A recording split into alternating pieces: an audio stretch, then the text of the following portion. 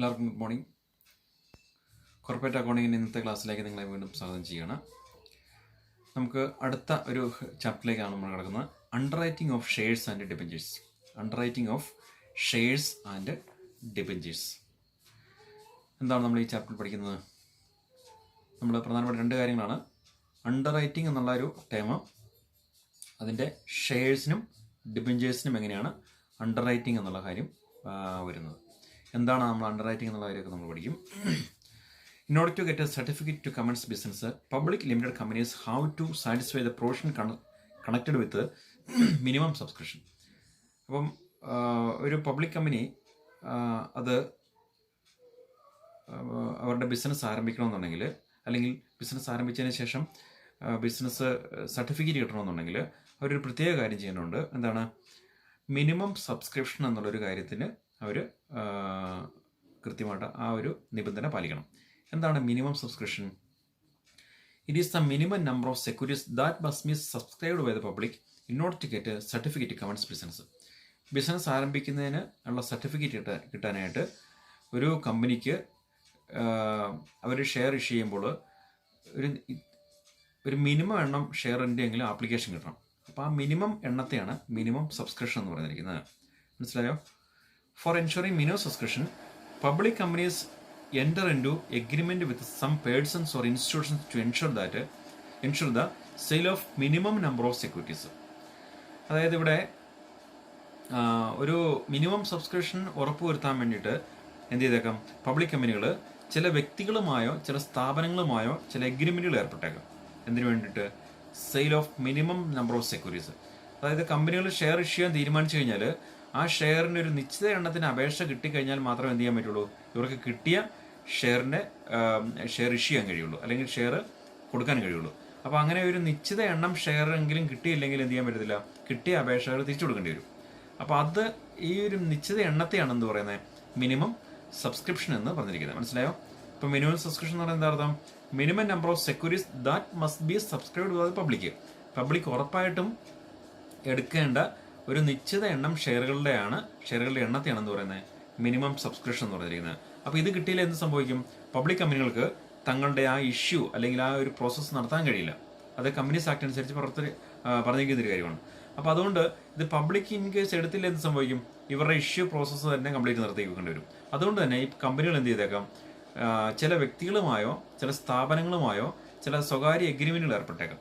അതായത് പബ്ലിക് ഏറ്റെടുത്തില്ലെങ്കിൽ നിങ്ങൾ എടുക്കണം എന്ന് പറഞ്ഞുകൊണ്ടുള്ളൊരു എഗ്രിമെൻറ്റ്. അപ്പം അതിനെയാണ് നമ്മൾ പഠിക്കാൻ പോകുന്നത്. അതുപോലെ എന്താ അണ്ടർറൈറ്റിംഗ് എന്ന് പറയുന്നത്?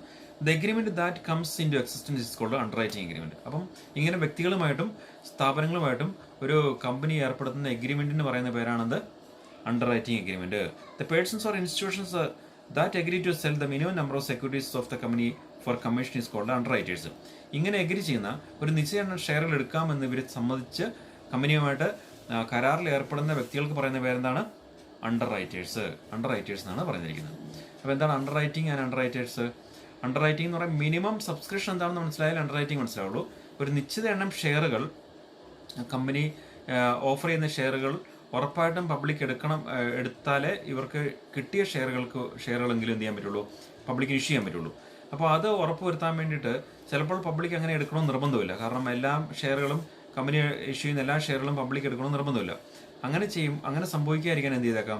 കമ്പനികൾ ചില വ്യക്തികളുമായോ സ്ഥാപനങ്ങളുമായോ ചില എഗ്രിമെൻറ്റിൽ ഏർപ്പെട്ടേക്കാം. അങ്ങനെയുള്ള എഗ്രിമെൻറ്റിന് പറയുന്ന പേരാണ് അണ്ടർറൈറ്റിംഗ് എഗ്രിമെൻറ്റ് എന്ന് പറഞ്ഞിരിക്കുന്നത്. ഇനി ഈ എഗ്രിമെൻറ്റിൽ ഉൾപ്പെട്ടിരിക്കുന്ന വ്യക്തികളെയോ സ്ഥാപനത്തെയോ പറയുന്ന പേരാണ് അണ്ടർറൈറ്റേഴ്സ്. ക്ലിയർ ആയോ? അണ്ടർറൈറ്റിംഗ് എഗ്രിമെൻറ്റ് ആൻഡ് അണ്ടർറൈറ്റേഴ്സ്. ഓക്കെ, അതിൻ്റെ കൃത്യമായ മീനിങ്ങിലേക്ക് നമ്മൾ വരുന്നു.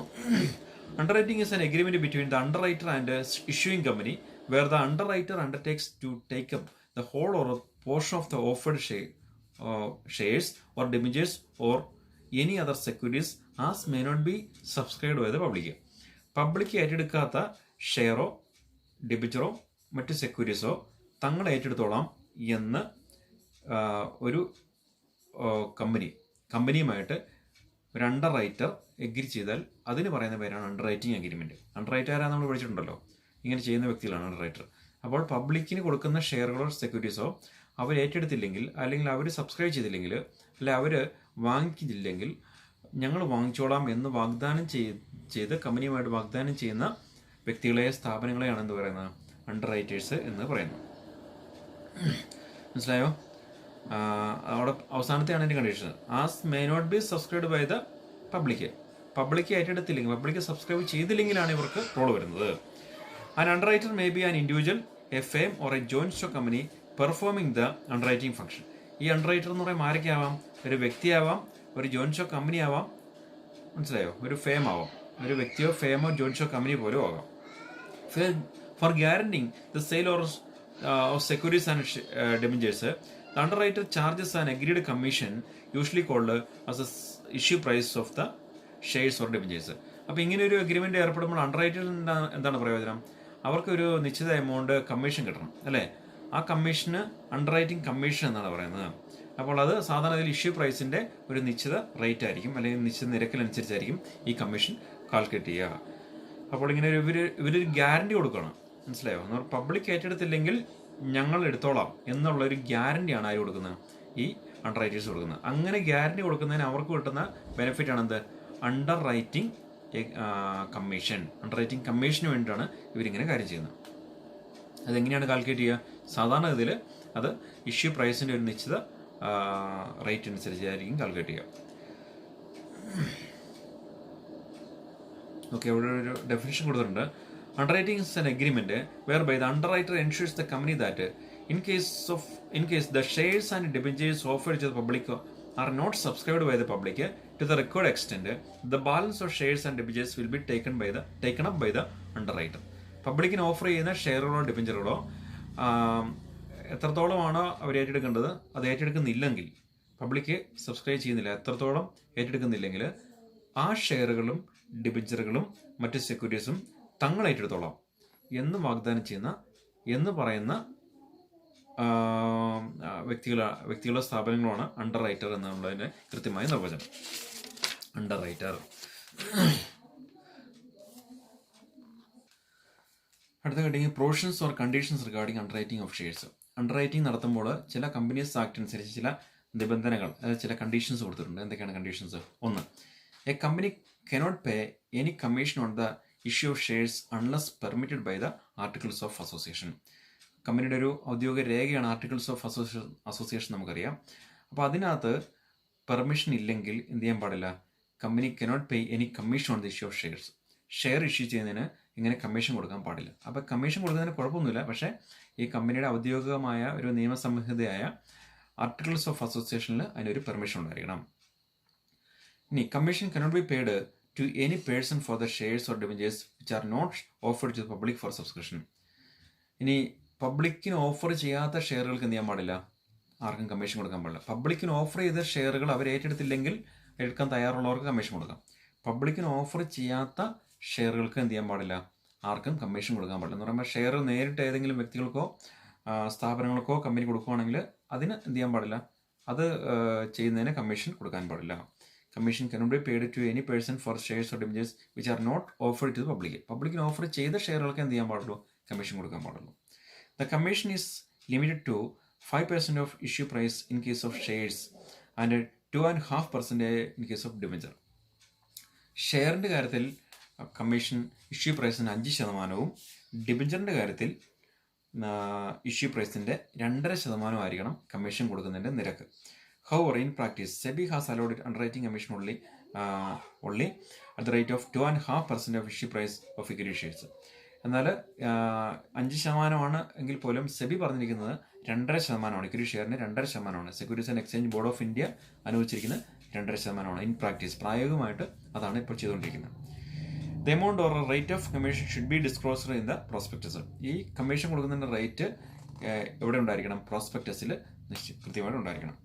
The directors must state in the prospectus that the underwriters are capable of meeting their obligation under the underwriting agreement. അതുപോലെ തന്നെ ഡയറക്ടേഴ്സ് എന്ത് ചെയ്തിരിക്കണം? കൃത്യമായിട്ട് പ്രോസ്പെക്ടസിൽ പറഞ്ഞിരിക്കണം.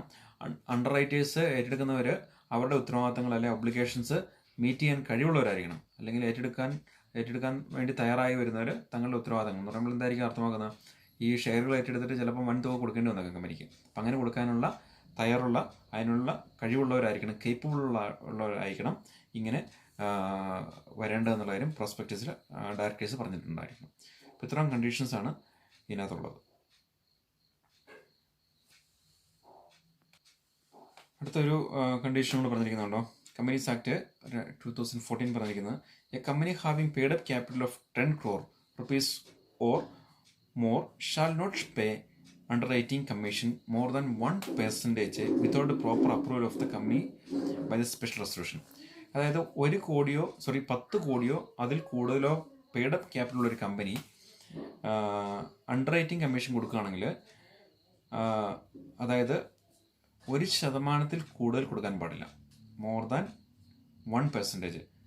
അങ്ങനെ കൊടുക്കുന്നുണ്ടെങ്കിൽ കൃത്യമായിട്ട് അപ്രൂവൽ, പ്രത്യേക പ്രമേയത്തിലൂടെ അപ്രൂവൽ വാങ്ങിച്ചിരിക്കണം. അപ്പോൾ അണ്ടർറൈറ്റിംഗ്, അതായത് 10 കോടിയോ അതിൽ കൂടുതലോ ഷെയർ ക്യാപിറ്റൽ ഉള്ളവർക്ക് അതിൻ്റെ 1% കൂടുതൽ എന്ത് ചെയ്യാൻ പാടില്ല, കമ്മീഷൻ കൊടുക്കാൻ പാടില്ല. എന്തില്ലാതെ, പ്രോപ്പർ അപ്രൂവൽ ഇല്ലാതെ.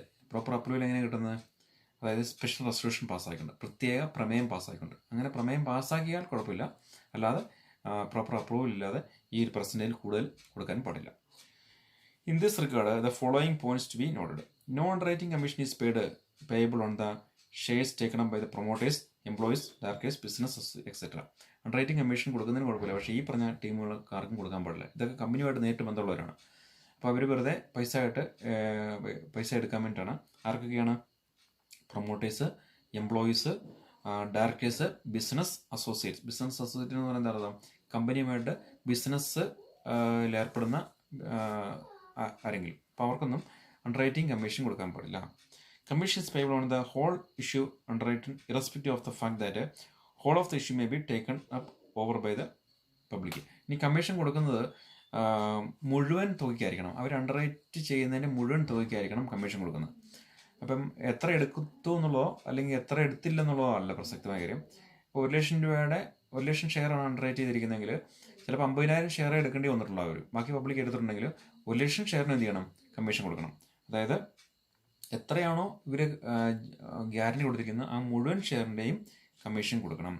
എന്ത് പരിഗണിക്കുന്നില്ല, irrespective of the fact that whole of the issue may be taken over by the public. ചിലപ്പോൾ ഇത് പബ്ലിക്കായിട്ട് എടുത്തേക്കാം, പക്ഷെ പബ്ലിക് എടുക്കുന്നതിൻ്റെ എമൗണ്ടിൻ്റെ ബാക്കി അനുസരിച്ചല്ല, എത്ര രൂപയ്ക്കാണ് ഇവർ അണ്ടർറൈറ്റ് ചെയ്തിരിക്കുന്നത് അതിന് മുഴുവൻ തുകയ്ക്ക് എന്ത് ചെയ്യണം, കമ്മീഷൻ കൊടുക്കണം എന്നുള്ളതാണ് പറഞ്ഞിരിക്കുന്നത്. അണ്ടർറൈറ്റർ ആരാണെന്നുള്ളതിലേക്ക് പോകാം. An underwriter is a person who agrees to take a specified number of shares or debentures in case not subscribed by the public. നമ്മൾ നേരത്തെ പറഞ്ഞ പോലെ ഒരു നിശ്ചിത എണ്ണം ഷെയറുകൾ പബ്ലിക് ഏറ്റെടുത്തില്ലെങ്കിൽ തങ്ങൾ ഏറ്റെടുത്തോളാം എന്ന് പറയുന്ന ഒരു വ്യക്തിയാണ് ആര്, underwriter. Underwriter may be an individual or a firm or a joint stock company performing the underwriting function. Underwriting function ചെയ്യുന്നത് ആരൊക്കെയാവാം, ചെയ്യുന്ന ഇൻഡിവിജ്വൽ ആവാം, അല്ലെങ്കിൽ ഒരു ഫേം ആവാം, ജോയിന്റ് സ്റ്റോക്ക് കമ്പനി ആവാം അണ്ടർറൈറ്റർ എന്ന് പറയുന്നത്. അപ്പോൾ ഒരു വ്യക്തി മാത്രമാണെന്ന് നിർബന്ധമില്ല, ഒരു ഫേമോ അല്ലെങ്കിൽ ഒരു ജോയിന്റ് സ്റ്റോക്ക് കമ്പനിയോ ഒക്കെ അണ്ടർറൈറ്ററുടെ പേരിൽ വരാം. അടുത്ത സബ് അണ്ടർറൈറ്റിംഗ്. എന്താണ് sub അണ്ടർറൈറ്റിംഗ്? Sub underwriting is a process in which an underwriter transfers or shifts a portion of risk of underwriting to some other persons or institutions called sub underwriters. അതായത് ഒരു underwriter എന്ന് പറയുന്നത് നമുക്കറിയാം, അയാൾക്ക് ഒരു റിസ്ക് ഏറ്റെടുക്കുകയാണ്. കാരണം public ഏറ്റെടുത്തില്ലെങ്കിൽ തങ്ങളെ എടുത്തോളാം എന്ന് പറയുന്ന ഒരു റിസ്ക് ആണല്ലോ. അപ്പോൾ അങ്ങനെ അയാൾ ഏറ്റെടുക്കുന്ന റിസ്കിൻ്റെ ഒരു ഭാഗം മറ്റൊരാളിലേക്ക് ട്രാൻസ്ഫർ ചെയ്യുന്നു. മനസ്സിലായോ?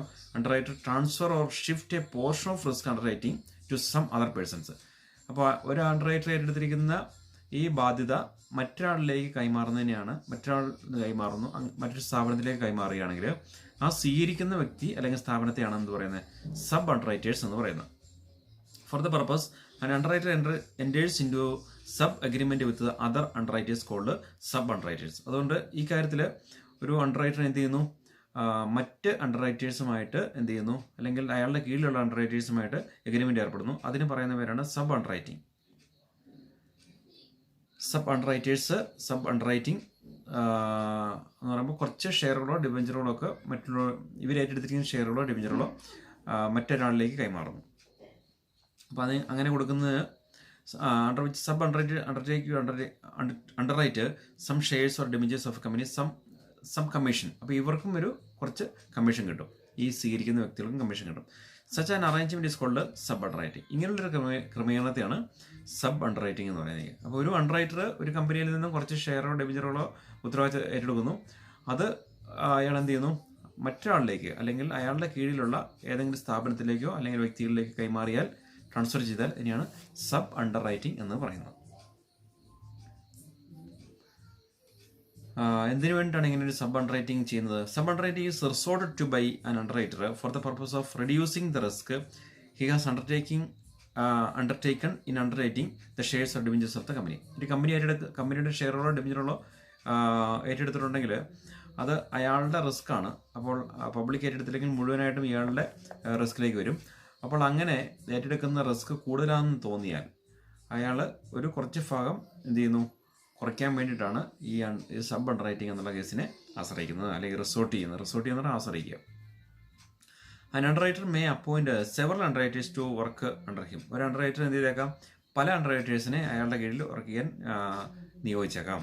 However the sub underwriters have no direct contact with the company. എന്നാലും ഇപ്പം ഒരു അണ്ടർ റൈറ്ററുടെ കീഴിലാണ് പ്രവർത്തിക്കുന്നതെങ്കിലും അയാൾക്ക് ആരുമായിട്ട് ബന്ധമില്ല, കമ്പനിയായിട്ട് നേരിട്ട് ബന്ധമില്ല.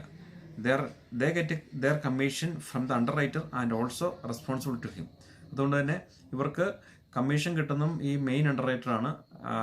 ഉത്തരവാദിത്വം ആരോട് ബോധിപ്പിച്ചാൽ മതി, ഈ മെയിൻ അണ്ടർ റൈറ്ററോട് മാത്രമേ ഉള്ളൂ ഉത്തരവാദിത്വം, അല്ലാതെ ആരോടില്ല, കമ്പനിയോടില്ല. കമ്പനിയുമായിട്ട് ഇവർക്ക് നേരിട്ടൊരു കോൺട്രാക്റ്റ് ഇല്ല. അടുത്ത broker. A broker is a person who gives his service in bringing the settlement between a vendor and purchaser of a for a reward called brokerage. Broker എന്ന് പറയുമ്പോൾ ഇവിടെ ഒരു ഷെയറിനോട് ബന്ധപ്പെട്ടാണ്. അതായത് ഒരു ഷെയർ വിൽക്കുന്ന കമ്പനിയും ഷെയർ വാങ്ങാൻ ഉദ്ദേശിക്കുന്ന ആളെയും തമ്മിൽ ബന്ധിപ്പിക്കുന്ന ഒരു വ്യക്തി. മനസ്സിലായോ? Settlement between vendor and A purchaser. ഇവിടെ സാധാരണഗതിയിലുള്ള സെറ്റിൽമെൻ്റ് അല്ല, ഈ ഷെയർ തന്നെയാണ് ഇവിടെ ഉദ്ദേശിക്കുന്നത്. അതുകൊണ്ടാണ് ഈ ഒരു ചാപ്റ്ററിൽ ഇത് വരുന്നിരിക്കുന്നത്. മനസ്സിലായോ? ഇപ്പോൾ ഷെയറിനോട് ബന്ധപ്പെട്ട് ഒരു കമ്പനി ഷെയർ വിൽക്കാൻ ആഗ്രഹിക്കുന്നു, അത് വാങ്ങാൻ ആരെങ്കിലും കണ്ടെത്താനായിട്ട് സഹായിക്കുന്ന വ്യക്തിയാണ് ആര്? ബ്രോക്കർ എന്ന് ഉദ്ദേശിക്കുന്നത്. അപ്പോൾ അങ്ങനെ അയാൾക്ക് കിട്ടുന്നൊരു ബെനിഫിറ്റാണ് ബ്രോക്കറേജ്. അങ്ങനെ ചെയ്യുന്നതിന് ബ്രോക്കറേജ് എന്ന് പറയും. അപ്പോൾ ഒരു തരത്തിൽ പറഞ്ഞാൽ അണ്ടർ റൈറ്റിങ്ങും ഒരു ബ്രോക്കറിങ് പോലെ നമുക്ക് തോന്നിയേക്കും. കാരണം ഇവിടെയും ഒരു ഇടനിലക്കാരായിട്ടാണ് ആര് വർക്ക് ചെയ്യുന്നത്. ഇപ്പോൾ കമ്പനിയുടെ ഷെയറുകൾ പബ്ലിക് ഏറ്റെടുത്തില്ലെങ്കിൽ അണ്ടർ റൈറ്റേഴ്സിലൂടെ എന്ത് ചെയ്യുന്നു, പബ്ലിക്കിലേക്ക് പോകുന്നു. അപ്പോൾ പബ്ലിക്കിൻ്റെ ഇടയിൽ നിൽക്കുന്ന അല്ലെങ്കിൽ പബ്ലിക്കിനെ കണ്ടെത്തുന്ന ഒരു മധ്യവർത്തിയായിട്ടാണ് ആര് വർക്ക് ചെയ്യുന്നത്? Under writer. അപ്പം ഇവിടെ ബ്രോക്കറും സെയിം ഡ്യൂട്ടിയാണ് നമുക്ക് തോന്നിയേക്കാം. അതുകൊണ്ടാണ് താഴത്തെ വ്യത്യാസം പറഞ്ഞിരിക്കുന്നത്. ബ്രോക്കറും അണ്ടർ റൈറ്റേഴ്സും തമ്മിലുള്ള ഡിഫറൻസ് എന്താണ് നോക്കാം. ഫസ്റ്റ് മീനിങ്ങിലുള്ള ഡിഫറൻസ് എന്താണെന്ന് നോക്കിയേ. An underwriter who is a person who agrees to take a specified number of shares or debentures in case of under subscription. അതായത് കമ്പനി ഇഷ്യൂ ചെയ്യുമ്പോൾ, സബ്സ്ക്രൈബ് ചെയ്യുമ്പോൾ, അല്ലെങ്കിൽ കമ്പനി ഇഷ്യൂ ചെയ്യുമ്പോൾ അതിനകത്തൊരു കുറവ് വന്നാൽ മാത്രം അത് ഏറ്റെടുക്കുന്നവരാണ് ആര്? Under writers. ഒരു നിശ്ചിത എണ്ണം ഷെയറുകളാണ് ഇവർ പറഞ്ഞിരിക്കുന്നത്. അതായത് കമ്പനിയുടെ സബ്സ്ക്രിപ്ഷനിൽ കുറവുണ്ടെങ്കിൽ, അണ്ടർ സബ്സ്ക്രിപ്ഷൻ ഉണ്ടെങ്കിൽ മാത്രമാണ് അണ്ടർ റൈറ്റേഴ്സ് വരുന്നത്. ബ്രോക്കേഴ്സോ a person who gives his service in bringing a settlement between a vendor and purchaser. ഇവിടെ പബ്ലിക്കുമായിട്ട് അല്ലെങ്കിൽ പബ്ലിക് ഏറ്റെടുക്കുന്നുണ്ടോ ഇല്ലയോ എന്നുള്ളൊരു പ്രശ്നമല്ല. ഇയാൾ എന്ത് ചെയ്തേക്കാം, കമ്പനിയുടെ ഷെയറുകൾ വാങ്ങിക്കാനായിട്ട് തയ്യാറുള്ളവരെ സെറ്റിൽ ചെയ്യാൻ വേണ്ടിയിട്ടാണ് ഇയാൾ ഇത്. അപ്പോൾ എത്രത്തോളം എണ്ണം എന്നുള്ള പ്രസക്തമല്ല, എത്ര എണ്ണം വേണമെങ്കിലും എന്ത് ചെയ്യാം, ബ്രോക്കർക്ക് സെറ്റിൽ ചെയ്യാം, അല്ലെങ്കിൽ കമ്പനിയുടെ ഷെയറുകൾ മറ്റുള്ളവർക്ക് കൊടുക്കാം. എത്ര എണ്ണം വേണം, കാരണം അവർക്ക് ബ്രോക്കറേജ് കിട്ടുന്നതാണ്. അടുത്ത charge. Underwriters charge commission. അണ്ടർ റൈറ്ററിന് കിട്ടുന്നത് കമ്മീഷനാണ്, എന്നാലും ബ്രോക്കേഴ്സിന് കിട്ടുന്ന brokerage. Subscription. Underwriters subscribe the shares or debentures of a company that are not subscribed for by the public. Public ഏറ്റെടുക്കാതെ വരുമ്പോഴാണ് അണ്ടർറൈറ്റേഴ്സ് ചെയ്യേണ്ടത്. Brokers merely procure subscription for shares or debentures of a company from the public. എന്നാൽ പബ്ലിക്കിൽ നിന്നും ഷെയറിന് order സ്വീകരിക്കുക എന്നുള്ളതാണ് ബ്രോക്കറിൻ്റെ, അല്ലെങ്കിൽ subscription സ്വീകരിക്കുക എന്നുള്ളതാണ് ബ്രോക്കറിൻ്റെ ഉത്തരവാദിത്തം. അപ്പോൾ എത്ര ഷെയറിനും ഡിബഞ്ചറിനും അവർക്ക് അങ്ങനെ ചെയ്യാൻ പറ്റും. ഇവിടെ അണ്ടർറൈറ്റേഴ്സ് ചെയ്യുന്ന പോലെ അവർ ചെയ്തില്ലെങ്കിൽ മാത്രം വരുന്നൊരു കേസല്ല. ബ്രോക്കേഴ്സിന് അവർക്ക് എത്ര വേണമെങ്കിലും അങ്ങനെ ചെയ്യാം. Risk. Underwriter take the risk of guaranteeing the sale of shares. കമ്പനിയുടെ ഷെയറുകൾ പബ്ലിക് ഏറ്റെടുത്തില്ലെങ്കിൽ അത് വിൽക്കാനുള്ള ഉത്തരവാദിത്വം അതിന് ഗ്യാരണ്ടി മാർക്കുണ്ട് അണ്ടർറൈറ്റേഴ്സിനുണ്ട്. Brokers do not undertake any risk of guaranteeing the sale of shares. Share വിൽക്കുന്ന കാര്യത്തിലുള്ള യാതൊരു ഗ്യാരണ്ടി മാർക്കില്ല ബ്രോക്കേഴ്സിനില്ല. ആരെങ്കിലും പർച്ചേസ് ചെയ്യാനുള്ള ഒരാളെ കണ്ടെത്തിയാൽ ആ ആളെ എന്ത് ചെയ്യുന്നു, കമ്പനിയുമായിട്ട് ബന്ധിപ്പിക്കുന്നത് മാത്രമേ ഉള്ളൂ. അല്ലാതെ പർച്ചേസ് ചെയ്യാനുള്ള ഒരാളെ കണ്ടെത്തണമെന്ന് ഒരു നിർബന്ധമില്ല. മനസ്സിലായോ? അല്ലെങ്കിൽ ഇങ്ങനൊരു ഷെയർ വാങ്ങിക്കാൻ ആളില്ലെങ്കിൽ ഈ ബ്രോക്കർ ഇത് ഏറ്റെടുക്കേണ്ട കാര്യമൊന്നുമില്ല. എന്നാൽ ഷെയർ വാങ്ങിക്കാൻ ആളില്ലെങ്കിലും ഉണ്ടെങ്കിലും ആര് ഏറ്റെടുത്തേ പറ്റൂ? ബ്രോക്കർ അണ്ടർ റൈറ്റർ ഏറ്റെടുത്തേ പറ്റൂ. റിസ്കിൻ്റെ കാര്യത്തിൽ അണ്ടർ റൈറ്റർ ഇതിനകത്തൊരു റിസ്ക് ഏറ്റെടുക്കണം, എന്നാലും ബ്രോക്കർക്ക് അതിനകത്തൊരു അങ്ങനെ ഒരു റിസ്ക് ഇല്ല. അതാണ് വ്യത്യാസം. അപ്പം മീനിങ്ങിലുള്ള ഡിഫറൻസ് നമ്മൾ പഠിച്ചു. ചാർജസ് അല്ലെങ്കിൽ കമ്മീഷനും ബ്രോക്കറേജ്, സബ്സ്ക്രിപ്ഷൻ, റിസ്ക്, ഈ 4 ഡിഫറൻസ് നമ്മൾ ഓർത്തിരിക്കുക. അടുത്തത് ടൈപ്സ് ഓഫ് അണ്ടർ റൈറ്റിംഗ്. നമുക്ക് അണ്ടർ റൈറ്റിങ്ങിനെ ബേസിക്കലി നമുക്ക് 2ആയിട്ട് തരംതിരിക്കാം. ഈ 2 ക്ലാസിഫിക്കേഷനകത്തും വീണ്ടും നമുക്ക് തരംതിരിവ് വരുന്നുണ്ട്. ടൈപ്സ് ഓഫ് അണ്ടർ റൈറ്റിങ്ങിനകത്ത് നോക്കാം. ഒന്ന്, on the base of number of shares.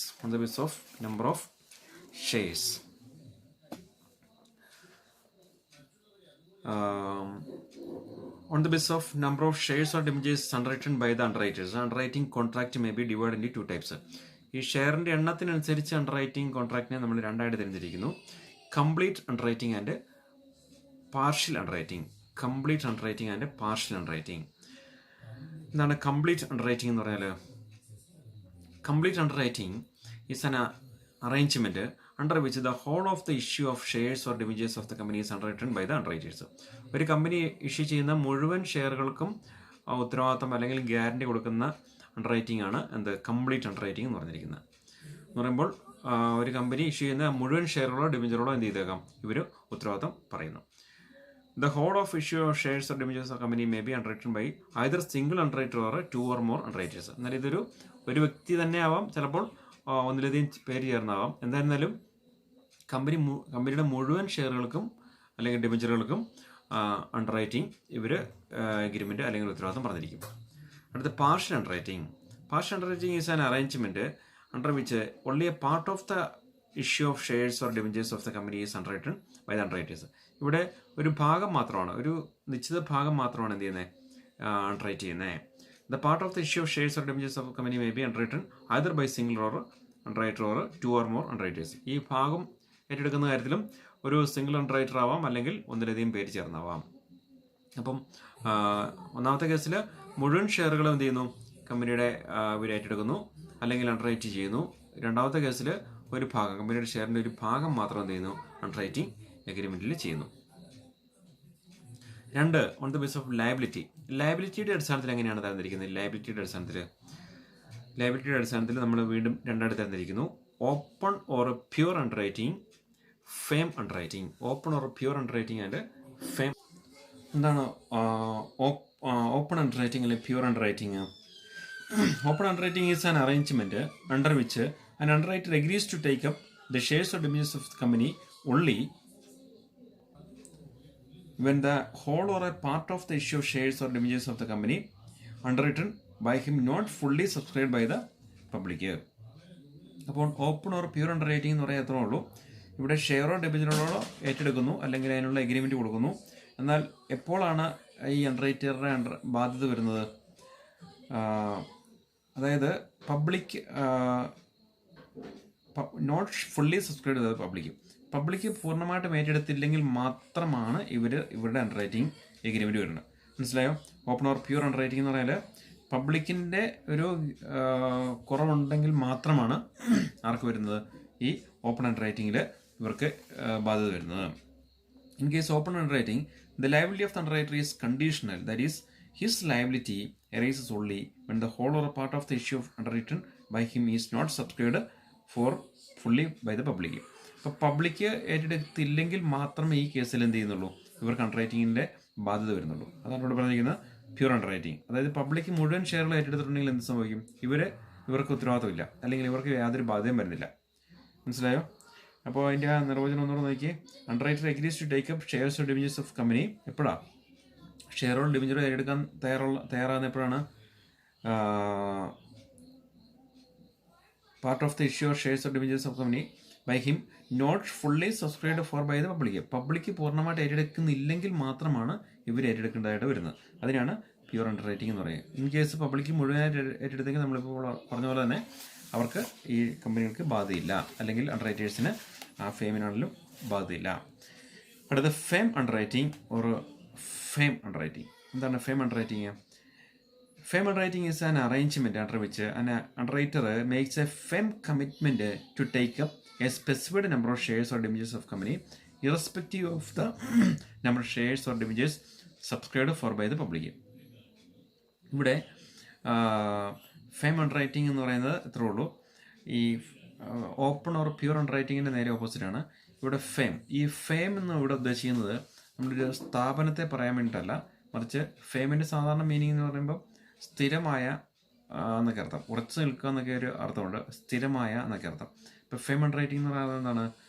അതായത് ഒരു അണ്ടർറൈറ്റർ ഒരു നിശ്ചിത എണ്ണം ഷെയറുകൾ ഉറപ്പായിട്ട് മേലെടുക്കുന്നു എന്ന് പറയുമ്പോൾ എന്ത് നോക്കാതെ irrespective of the number of shares or debentures of subscribed by the public ഏറ്റെടുക്കുന്നുണ്ടോ ഇല്ലയോ എന്നുള്ളത് ഇവിടെ പ്രസക്തമല്ല. പബ്ലിക് ഏറ്റെടുത്താലും ഇല്ലെങ്കിലും എന്ത് ചെയ്യുന്നു, ഒരു നിശ്ചിത എണ്ണം ഷെയറുകൾ ഇവർ ഏറ്റെടുക്കാൻ തയ്യാറാകുന്നതിനാണ് ഫേം അണ്ടർറൈറ്റിംഗ് എന്ന് പറഞ്ഞിരിക്കുന്നത്. എന്നാൽ ഓപ്പൺ അണ്ടർറൈറ്റിങ്ങിൻ്റെ വ്യത്യാസം നോക്കിയേ. ഓപ്പൺ അണ്ടർറൈറ്റിംഗ് പബ്ലിക് ഏറ്റെടുത്തില്ലെങ്കിൽ മാത്രമേ അവർക്ക് ബാധ്യത വരുന്നുള്ളൂ. എന്നാൽ ഇവിടെയോ ഇവർ ഉറപ്പായിട്ടും എന്ത് ചെയ്യും, ഒരു നിശ്ചിത എണ്ണം ഷെയറുകൾ ഏറ്റെടുക്കും. So in case of underwriter is bound to take up the shares or damages underwritten by him under firm underwriting agreement in addition to unsubscribed shares or damages which he is required to take up under a normal or open underwriting agreement. അപ്പോൾ ഇവരുടെ അണ്ടർറൈറ്റിങ്ങിൻ്റെ സാധാരണ എല്ലാ സവിശേഷതയുണ്ട്. അതായത് public ഏറ്റെടുക്കുന്നില്ലെങ്കിൽ ഇവർ ഏറ്റെടുക്കണം, എന്ത് ചെയ്യണം, ഇവർ ഏറ്റെടുക്കണം. എന്നാൽ ഇവിടെ ഒരു അഡീഷണൽ ബാധ്യതകൾ വരുന്നുണ്ട്. ഇവർ നിശ്ചിത എണ്ണം ഷെയറുകൾ എന്ത് ചെയ്തിട്ടുണ്ട്, ഏറ്റെടുക്കാമെന്ന് പറഞ്ഞിട്ടുണ്ട്. അതും ഏറ്റെടുക്കണം. പബ്ലിക് ഏറ്റെടുത്തില്ലെങ്കിൽ ആ ബാലൻസും എടുക്കണം. മനസ്സിലായോ? അതാണ് ഫേം അണ്ടർറൈറ്റിംഗ്. അപ്പോൾ ഈ കേസിൽ ഉറപ്പായിട്ട് ഇവർക്ക് ബാധ്യത വരും. അതായത് പബ്ലിക് സബ്സ്ക്രൈബ് ചെയ്യാൻ പറ്റുന്ന അവർ മുഴുവൻ ഏറ്റെടുത്താലോ, അപ്പോഴും ഇവർ പറഞ്ഞിരിക്കുന്നത് എന്ത് ചെയ്യണം, ഇവർ വാഗ്ദാനം ചെയ്തിരിക്കുന്ന ഷെയറുകൾ ഏറ്റെടുക്കണം. അപ്പോൾ ഫേം അണ്ടർറൈറ്റിംഗ് എന്ന് പറയുമ്പോൾ ഉറപ്പായിട്ടും ഇവർ ഏറ്റെടുക്കണമെന്ന് അതിൻ്റെ അർത്ഥം. എന്നാൽ ഓപ്പൺ അണ്ടർറൈറ്റിങ്ങിൻ്റെ കാര്യത്തിൽ എന്താണ്? ഓപ്പൺ അണ്ടർറൈറ്റിംഗ് എന്ന് പറയുമ്പോൾ പബ്ലിക് ഏറ്റെടുത്തില്ലെങ്കിൽ, അല്ലെ പബ്ലിക് അവിടെ ആളില്ലെങ്കിൽ മാത്രമേ അവർക്ക് ബാധ്യത വരുള്ളൂ. ഇവിടുത്തെ കേസിൽ അങ്ങനെയല്ല. പബ്ലിക് ഏറ്റെടുക്കുന്നില്ലെങ്കിൽ ആ ഷെയറുകൾ ഇവർ എടുക്കണം, ഇനി ഇവർ പറഞ്ഞിരിക്കുന്ന ഷെയറുകളും എടുക്കണം. അതാണ് ഫേം അണ്ടർറൈറ്റിംഗ്. ഫേമിൻ്റെ അർത്ഥം സ്ഥിരമായ എന്നാണ് അർത്ഥമാക്കുന്നത്. ഓക്കെ, അപ്പോൾ ഇത്തരം ഭാഗങ്ങൾ നമുക്കൊന്ന് ഇന്ന് പഠിക്കാം. നമ്മൾ പഠിച്ചത് എന്തൊക്കെയാണ്? അണ്ടർറൈറ്റിംഗ് ഓഫ് ഷെയർസ് ഓഫ് ഡെമേജസ് എന്നുള്ള ചാപ്റ്റർ നമ്മൾ തുടങ്ങി. അണ്ടർറൈറ്റിംഗ് മീനിങ് പഠിച്ചു, പ്രൊവിഷൻസ്, അണ്ടർറൈറ്റർ ആരാന്ന് നമ്മൾ പഠിച്ചു, സബ് അണ്ടർറൈറ്റിംഗ്, ബ്രോക്കർ. ഇനി സബ് അണ്ടർറൈറ്ററും ബ്രോക്കറും നമ്മുടെ ഡിഫറൻസ്. ഇനി ടൈപ്സ് ഓഫ് അണ്ടർറൈറ്റിംഗ് അല്ലേ, ബേസിക്കലി രണ്ടായിട്ട് തിരിക്കാം. Number of share, liability. Number of ഷെയറിൻ്റെ അടിസ്ഥാനത്തിൽ രണ്ടായിട്ട് തിരിക്കാം, കംപ്ലീറ്റ് ആൻഡ് പാർഷ്യൽ. ഇനി ലയബിലിറ്റിയുടെ അടിസ്ഥാനത്തിൽ രണ്ടായിട്ട് തിരിക്കാം, പ്യൂർ ആൻഡ് ഫേം അണ്ടർറൈറ്റിംഗ്. അപ്പോൾ ഇത്രയും ഭാഗങ്ങൾ പഠിക്കുക. കൃത്യമായിട്ട് തന്നെ നോട്ട്സ് എല്ലാവരും അയക്കേണ്ടതാണ്. ഓക്കെ, അപ്പം എന്തെങ്കിലും സംശയം ഉണ്ടെങ്കിൽ നിങ്ങൾക്ക് വാട്സപ്പിലൂടെ ചോദിക്കാൻ കഴിയും. ഇന്നത്തെ ക്ലാസ് നമുക്കിവിടെ വൈൻഡപ്പ് ചെയ്യാം. ഓക്കെ, എല്ലാവർക്കും നന്ദി.